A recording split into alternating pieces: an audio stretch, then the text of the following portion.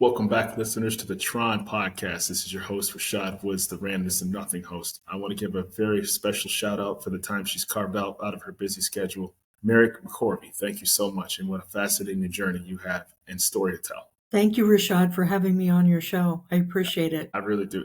I got to tell you, first of all, when you reached out to me and then I got a chance to listen to your accomplishments, your trials and tribulations, and ultimately your success and your story that you continue to tell, I was really inspired by it. And I'm really glad you carved out time to tell people on this show. So please talk about yourself, please. Well, I really appreciate what you're doing, Rashad, to reach out to people that are thinking about becoming entrepreneurs. And if that's the case, then the one thing that I would start out with is you are an entrepreneur. If that's what you think. Thank you. I appreciate that. So I've lived a very non-linear life. Mm-hmm. And what I would like to focus on in this particular program and for your audience is how I've lived that non-linear life successfully. Mm-hmm. First of all, it didn't seem successfully all the time. You hear that a lot sometimes from people I've interviewed, and obviously, it kind of finds itself along the way. So please dive deeper into that. Love to hear it. Sure. So I became an entrepreneur when I was 19 years old.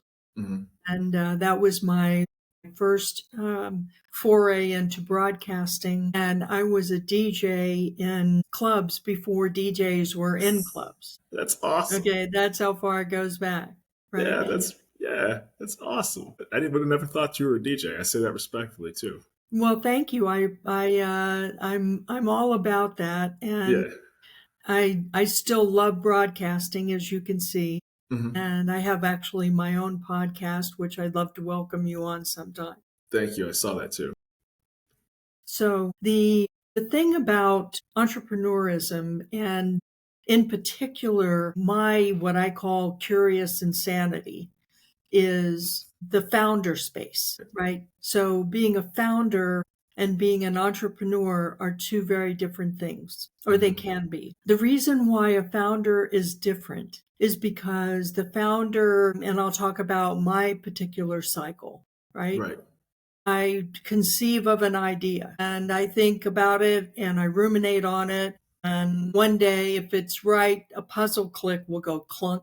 And I'll say, yep, I know I have to do this. And so I make the decision to go down this path. Got it. And once I make that decision, then I gather the resources around me. I capitalize it. I build a team, and then I execute. So that is my very simplified cycle. And the difference between that and an entrepreneurial cycle is an entrepreneur has much greater talents than I do, and in fact can step into a company that is growing or not growing, and build it and grow.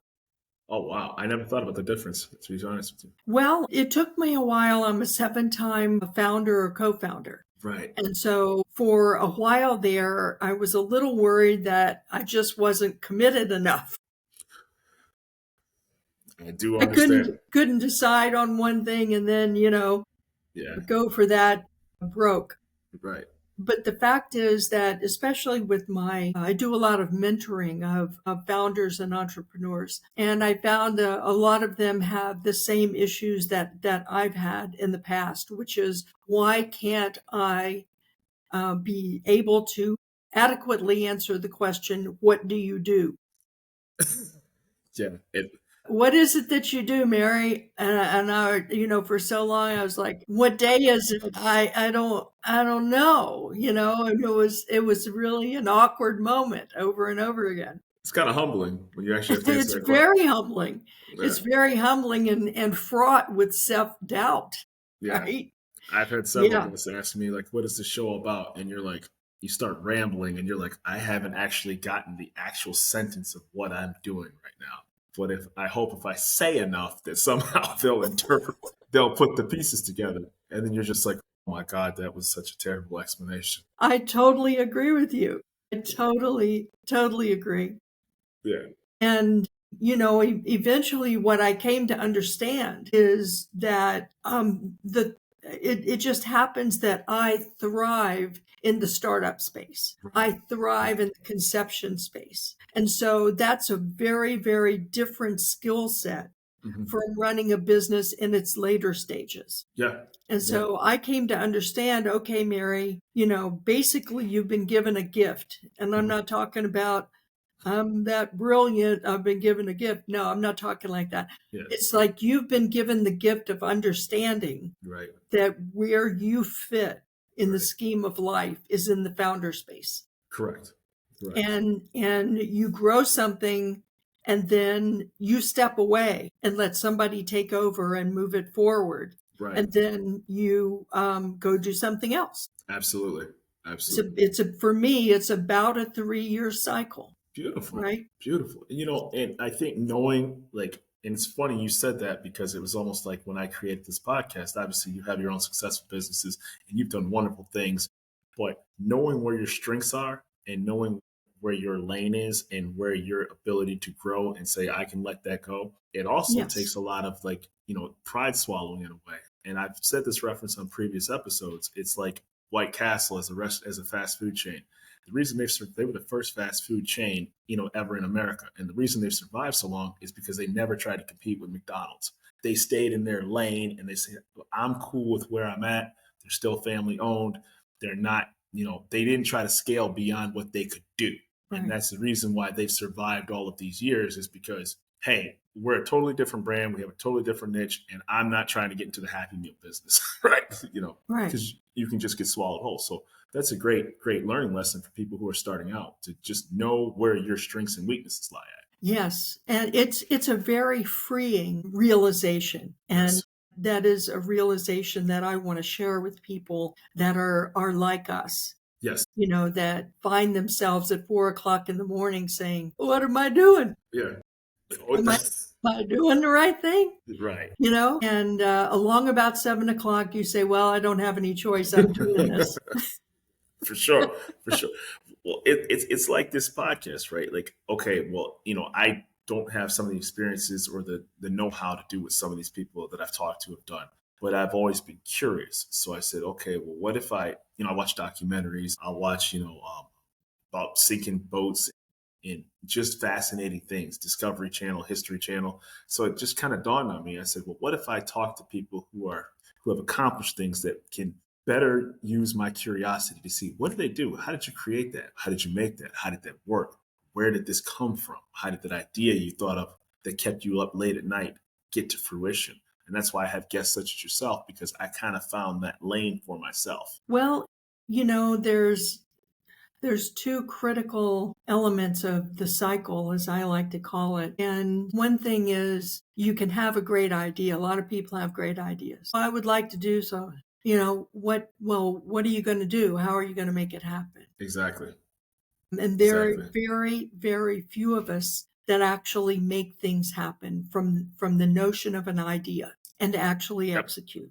So the two components that I've found are really critical is that third component, which is resources. So I come up with an idea, I decide to do the idea, and then comes the rubber meets the road. You got to capitalize it. Yep. You've got to build a team. Yes. You've got to make the pieces come into place in order for you to be able to execute. Right? So that third element is so important because there are many sub-elements to it. Mm-hmm. So when you think about capitalizing a company, the first thing you think about is finding money, right? Right. How to make it happen with money. Right. And that's a necessary element, but it's not the only element at all. So I've come up with ideas that I know have business worth, like landing on the moon. I thought that was a great business idea, right? Right. Well, the government, it's kind of hard to outspend the government when they have the plan and means to do it, right? It's NASA also, for lack of better terms. To your point. My idea was that we put together a competition between young people around the world to come up with a buildable lander that could race on the moon. Oh, wow. So they have to design it and they have to build it, and then it goes on a rocket, and then it lands on the moon, and then they race it from a remote distance. That's fascinating. Now, all of that is completely doable. Right. Am I a rocket scientist? No. No. Am I an engineer? No. Am I an astrophysicist? Not at all. No. Not that I know of. You didn't have in your bio. No, I'm none of those things. Right? So what that tells me is, in a given situation, what you have to do if you choose to do something that is outside of your expertise. And I have always chosen to do things like that. That's very The good. things that I come up with as new ideas are never in the grand scheme of things. They are never in your skill set. In my skill set. In your direct skill set, so to speak, right? That's right. But what I'm very, very good at is that I'm very good at putting people around me that know what they're doing. That's amazing skills. Yes. Well, if you understand that strength about yourself, then you're 80% of the way. Right. The 20% is going out and finding the right people and finding the right money. Right. And by the right money, I'm talking about not just cash. Right. I'm talking about people, you don't have cash, you barter. Right. Right. Trade-offs. Absolutely. Absolutely. Unquestionably. And you negotiate the best deals that you possibly can. And you align yourself with people who are willing to take a risk like you are. But at the same time, you understand the need for mitigating risk. Of course. So all those pieces come into play in the capitalization stage. And you put those pieces together and you have the ability to execute. Well, it's funny when you put it all together, because I think a lot of times people kind of shoot from the hip, so to speak, and they figure out along the way. And one of the crazy parts things I think is ironic is that all the information that you spoke about is out there to make sure people don't trip over themselves. But people get so caught up in trying to just formulate the idea in their head, and they go on autopilot, that they don't take that bird's eye view to try to say, no, how is this stage working? Maybe I should talk to this individual. Maybe I need to pivot. It's almost like, in sports, there's a reason why there's positions in sports. It's because your better skill set is in a particular position and somebody complements what you do well, right? And so ultimately, if you want to get to be good at sports, a team sport, you do have to surround yourself with the correct teammates, because you can't do everything. That's exactly right. You just can't, right? It will come to a point where you're going to have to find the necessary people that have the proper complementary skills, and then be able to execute your final product. And it is like, doing this podcast, you can be a great interviewer, but a terrible scheduler, right? It's, and you have to be willing to have a person that's handling your appointments to make sure that you are a good host. Absolutely. You're right on target. So I do want to touch on some other bases for you, because there's so much about you. You're a veteran, right? And you were in, the Gulf War. So first of all, thank you very much for your service. And you've overcome very, very tough things in life. So if you are willing to share that information, please do. Sure.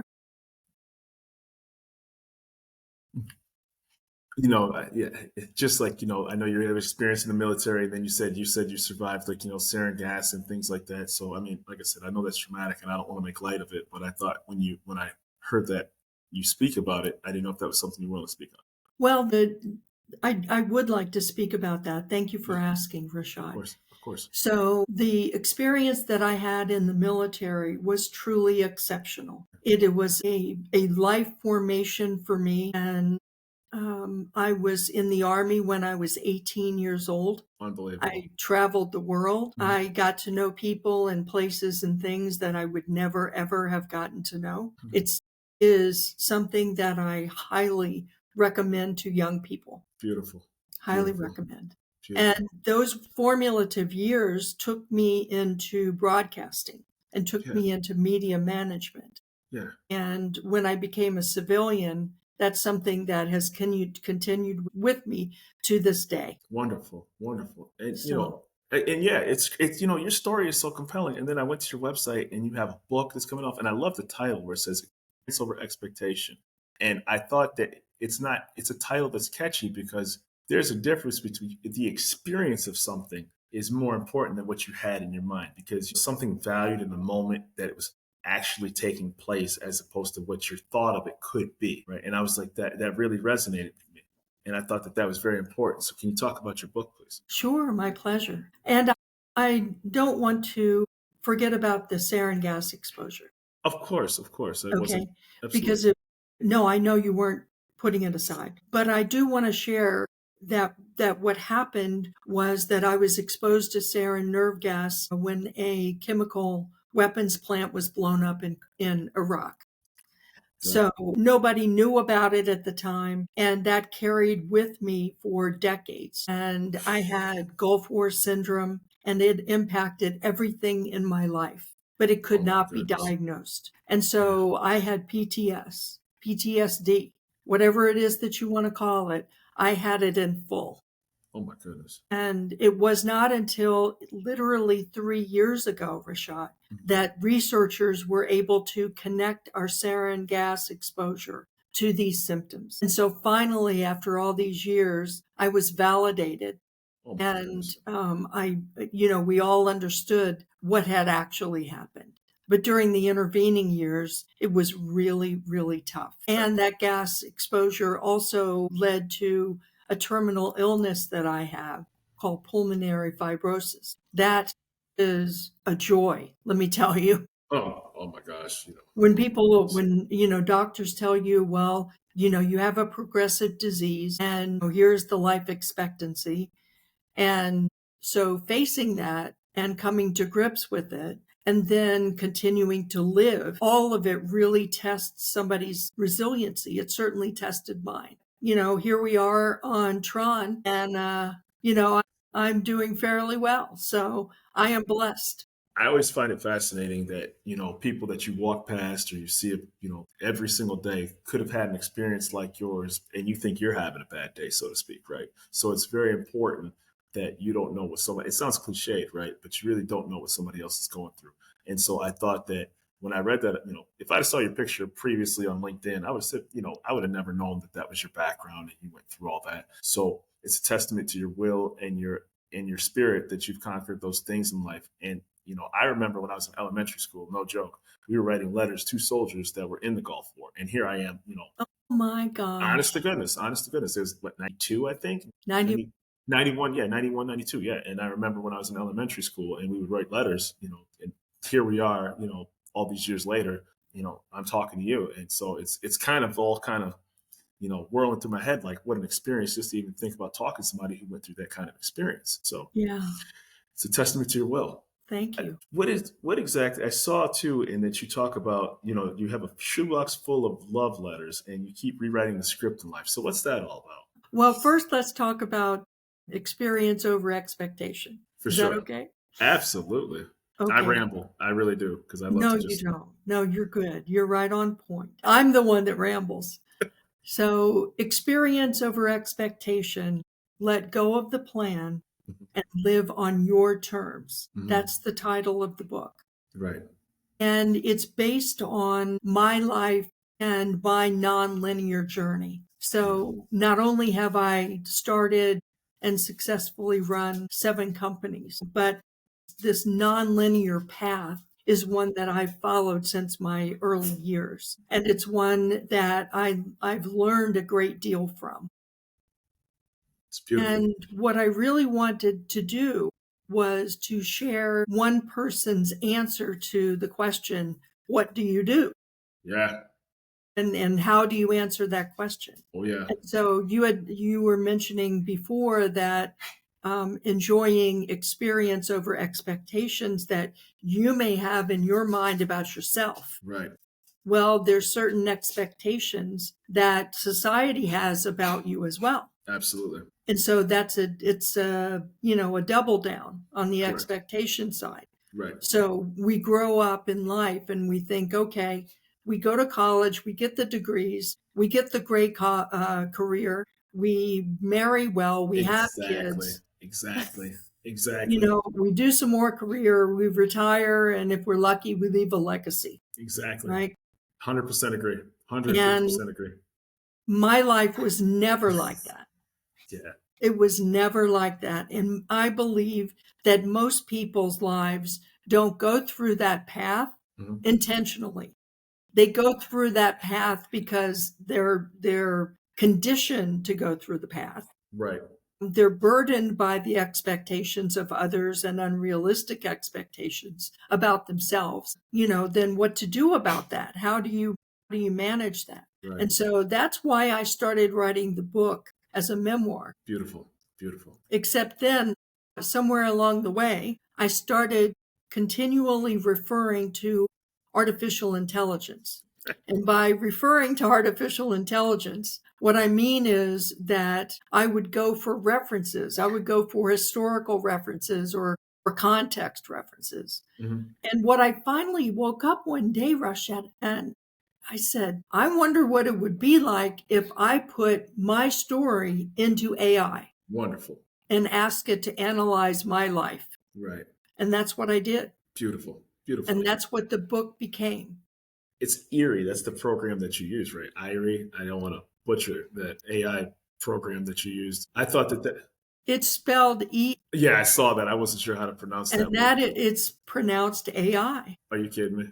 No, it's pronounced AI because that's the name that I came up with. That's awesome. I was thinking it was like EH. I'm like, okay, it didn't even dawn on me that that's what it was saying because I just read it, right? I didn't hear it. That's okay. That is okay. So AI in this particular case is actually a combination of 5 different AI platforms. So we've got ChatGPT, of course. We've got Perplexity. We've got Sonnet. We've got DeepSeek. And we've got Grok. And so the AI component of experience over expectation is an amalgam of those 5 platforms for analyzing my life. Got it. Was it kind of weird, kind of having something analyze it for you rather than actually you telling it? I don't want to say that you weren't doing it, but like when you saw it come out and you're like, did it come out in the way that you wanted it to? Was there some things that were omitted or needed cleaning up, so to speak, that you saw? Well, the book has 40 pages of citations. Wow. 40 pages of citations. Now, I'm not including those in the book. I'm including those as a QR code so that people can go and look at all of the citations. It is really amazing. So when I went down this path, I had no idea what to anticipate. Right. It was a matter of curiosity that I said, I wonder what would happen if. Absolutely. And Rashad, it was like I was validated through the whole process. Beautiful. It was like my decisions were, so the prompt, there's our secret sauce is always in the prompts, right? Right. And essentially to simplify the prompt that I gave it, it is analyze my story, my choices, and my decisions. Beautiful. Those are the 3 things: the story, the choices, and the decision.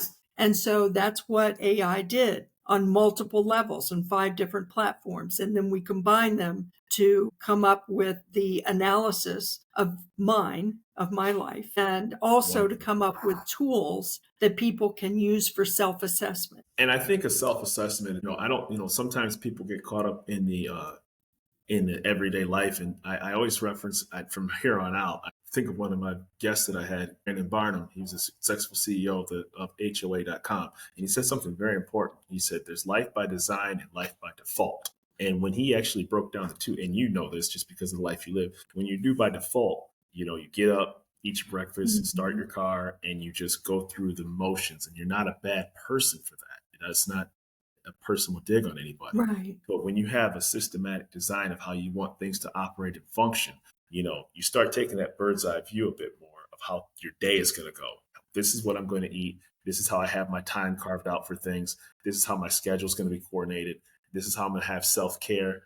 Even like booking this podcast, you have to have blocks of time off to have compelling guests and content. And so as a result of that, you start getting more organized and structured to have good, compelling conversations like this. And it matters when you're trying to be structured.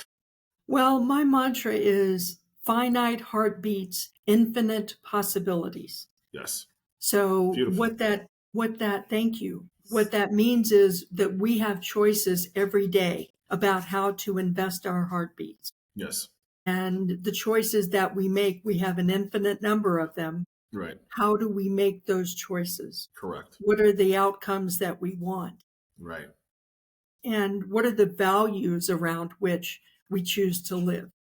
Absolutely. And ultimately, you take it a step further, you start making decisions of who you want to let in your life. Because I'll tell you, Yes. when you have to start making some conscious decisions on if you're going to start living your life a certain way or conducting yourself in a certain manner, professionally, personally, wherever path that may lead, you're going to have to make some choices of those people that you're going to be around while doing it. Right. Yes. You ultimately do.